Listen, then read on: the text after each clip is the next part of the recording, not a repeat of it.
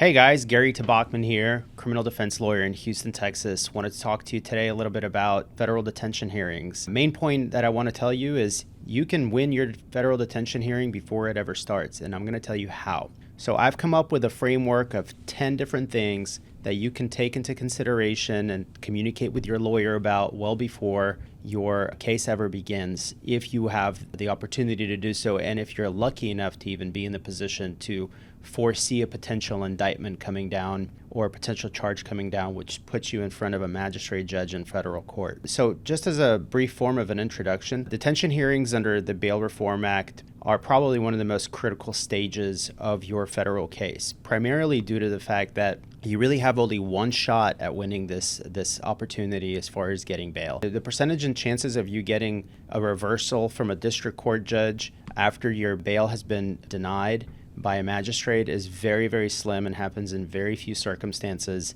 So this opportunity for you is probably going to be your only one, and it's your best shot at moving forward with your case and being free on bond while your case is pending for however long that federal case may go on for. So the first thing that you need to understand is the statutory framework of what's called the 3142 factors in Section Code 3142 in the United States Code of Criminal Procedure. That requires a court to recognize whether or not to release you on a personal recognizance and unsecured bond unless that might be inadequate. So the court has to make an assessment and evaluation of that. What you need to realize is that you're going to meet with somebody from pretrial services who's going to conduct a very thorough interview of who you are. Number one thing that you need to understand here is you should not be afraid of communicating with this particular government employee, as intimidating as it may seem. You need to be honest and open about your life circumstances with this individual, as this individual is going to be the one that will be making the recommendation to the magistrate judge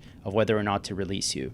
The more honest and open you are with respect to your finances, your family life, your background, what you've currently been doing and what you plan on doing as far as when you're released, the more likely you are to get a favorable resolution in your bond hearing and a favorable recommendation to the magistrate judge. So once you understand the statutory framework, you will have a much better understanding of what you need to do and what you need to prepare for purposes of your hearing. And you will understand also how to help your lawyer best in that situation in order to get ahead of everything else. The second thing you need to consider are conditions of release. So under 3142C, it directs the courts to impose the least restrictive conditions to assure your appearance and to assure the safety of the community. In order for you to really get a good grasp on these particular conditions, you need to understand that you are the best vehicle to be able to express to the court why the court should trust you. After all, in federal court, people are usually charged with some of the most serious offenses, and this is considered to be the big leagues of criminal law. And so whenever you appear in magistrate court from the very get-go, the judge already has made somewhat of an assessment about you because their probable cause of you even being in front of the particular court has already given them somewhat of an assessment of the fact that you might either be a flight risk or a danger to the community. How do you combat that? So start by communicating with friends, family, other relatives, and maybe coworkers, individuals that know you best in the community that can come and appear on your behalf or provide letters of support in order to give the court a really good assessment and a true and honest assessment of who you are as a person, and for the court to really understand that you're primarily not a danger to the community, and secondly, of course, that you're not a flight risk. The best way to establish non-flight risk standards is by showing that you have very strong ties to the community that you're based in and that you've been around in this particular community for X amount of years. You have your bank accounts here, you have your businesses here, or your friends, family members, everybody resides here. Basically reassuring the court that you leaving this particular community or the district that you might be facing charges in is a very unlikely opportunity for you because you have way too much to risk by leaving as opposed to taking such a big risk. The third thing that you need to consider are the detention standards. So detention is permitted only if there's no condition or combination of conditions that can reasonably assure your appearance and likewise the safety of the community. Prior to your hearing, you need to be able to communicate with your attorney about the conditions that could be put in place that can help further reassure your appearance before a court at trial. What are some of those conditions? So on its face, if you think about it, the most likely conditions are GPS monitoring, strict curfews, strict boundaries of where you may be able to travel, whether it may be in your particular county that you reside, contiguous county to that particular county, maybe the district. Here it would be the Southern District of Texas where I'm located, which is an expansive district. So there is a lot of conditions from the very get-go that you could think of ahead of time that you could argue to the court and allow for the court to take into consideration and under advisement well before your detention hearing begins. And so that's something that you need to start thinking about early on, and it can help move the ball a little bit further down to give you the best chance of staying out while your case is pending. The fourth thing that you should consider is the burden of proof. So risk of flight. So government must prove by preponderance, and danger to community, the government must prove by clear and convincing evidence.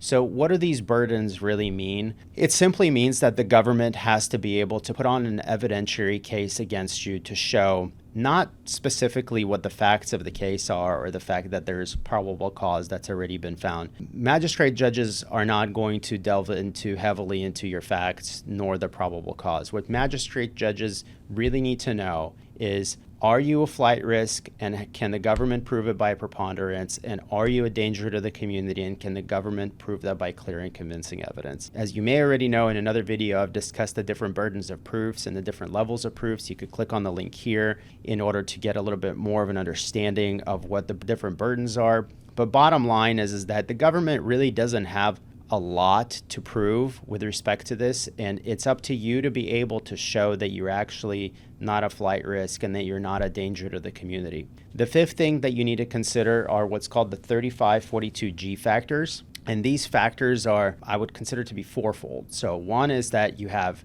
your nature of the offense, weight of the evidence, history and characteristics of who you are, and again, the danger that you pose to the community. These factors in combination weigh very heavily toward a judge's decision-making process and how they ultimately view you as an individual and view you as a potential good or bad candidate for bond. If you're someone that has previously been facing crimes before or have been on bond before, don't let that be a sign of the fact that you're not going to get a bond in federal court. It is absolutely not.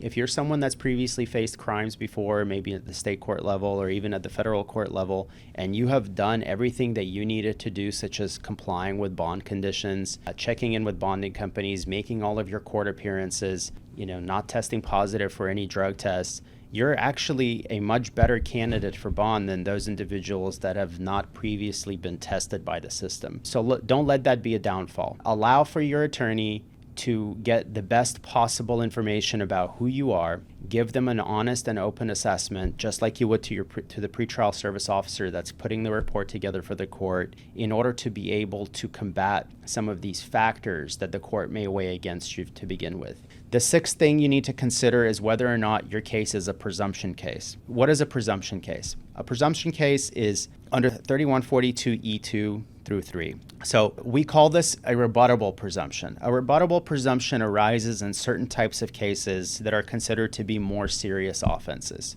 So one is that you may not qualify for a bond automatically, and it's presumed based on prior convictions. And then you may not qualify for a bond, and it's presumed that you're not qualifying for a bond with certain offenses, specifically major drug crimes that involve a 10-year mandatory minimum sentence at sentencing potentially, 924C firearm charges, terrorism charges, minor victim crimes such as sexual trafficking, human trafficking crimes, and other listed categories of crimes that you can discuss with your attorney whenever you're facing potential investigation or potential charges coming down. So what happens when there's a rebuttable presumption? Well, it simply means that you have been presumed already to be either a flight risk or a danger to the community, and it's up to you to overcome that presumption and to convince the court otherwise. What does this essentially do? So this is where we roll into the seventh factor, the effect of that presumption. It shifts the burden of production to the defense to offer evidence of suitability for release. The burden of persuasion, however, still remains with the government, and I think that this is where much of the confusion happens, is the burden does not shift. It just simply means that you have to be able to overcome that presumption. Overcoming that presumption obviously takes more than a lot of the other factors that you and I had already just discussed. So if you believe that there are two character witnesses that can come in to testify at the initial stages that might make you look like a good person, whether it might be your significant other, a child, a parent, a coworker, whoever it may be, in a presumption case, you may want to have 5, 6, 7, 8 witnesses that could come to court and testify on your behalf. Not even testify, maybe even to just fill the courtroom in order to show the judge the amount of support that you have in the community. The other factors that you might want to take into consideration with respect to the danger aspect, if you're charged with a more serious crime, is to be able to highlight all the good that you've done in the community. Maybe you've participated in charity work. You've participated in church groups, activities within the community. Maybe during times of hardships within the community that you reside in, you were out on the streets helping homeless people, doing something that you can show the court that you're an actual human being with elements of humanity within you, as opposed to just being a case number. The more you could highlight that, the more likely you are to overcome that presumption. Eighth thing to consider, again, how do you win a presumption case? So obviously outside of developing family, employment, residence, compliance history, all of these things that we've talked about, you want to show that you are pragmatic and that you are very much willing to address the issues within the case that you're facing, that you're taking this seriously. So a lot of the times, what I recommend to my clients, if we know that potential charges are coming and you're facing an investigation and you know that you're likely going to end up in a detention hearing well before a detention hearing ever happens, you frequently communicate with the government. You frequently attempt to, at the very least, have a meeting or two, or you communicate with the government about self-surrender well ahead of time. Why? Well, because it shows that you're willing to comply and it shows that you're taking this seriously and you haven't gone anywhere, which tends to indicate that the chances of you going somewhere on bond decrease significantly, and courts know this and they can recognize this. So the best point of advice that I could provide is obviously to hire a lawyer that can be well proactive ahead of time and understands your significant needs that can help you stay out on bond while your case is pending. The last part that I would like for you to consider as my 10th point is prepare a very detailed release plan well ahead of time. Where you're going to be staying, where you're going to be working, who's going to be staying with you. Make sure to get all guns and weapons out of the house. Have your passport ready for surrender well ahead of time. You are ultimately the best representative of who you are to the court, and you can highlight how responsible you are by taking advantage of all opportunities well ahead of time in order for you to get the best possible chance of staying out. My recommendation to you in general with respect to these types of circumstances is that you need to be able to hire a knowledgeable lawyer that has handled many of these detention hearings and understands the type of judge that you're in front of and what this particular judge needs to hear and wants to hear in order to consider whether or not you're a good individual for release or not. Not every judge is going to be created equal, and not every jurisdiction is going to handle this the same way. So make sure that you know somebody, that you hire somebody knowledgeable, reputable, and somebody that could take care of your needs well ahead of time and give you the comfort level that you deserve in order to be able to fight your case, as this is going to be one of the most arduous and one of the most grueling processes that you will ever go through. If you have any questions or you would like to know a little bit more about what I can do to fight your case or to help you in a detention hearing, click on the link below, and I'm more than happy to answer any questions for you. Thanks.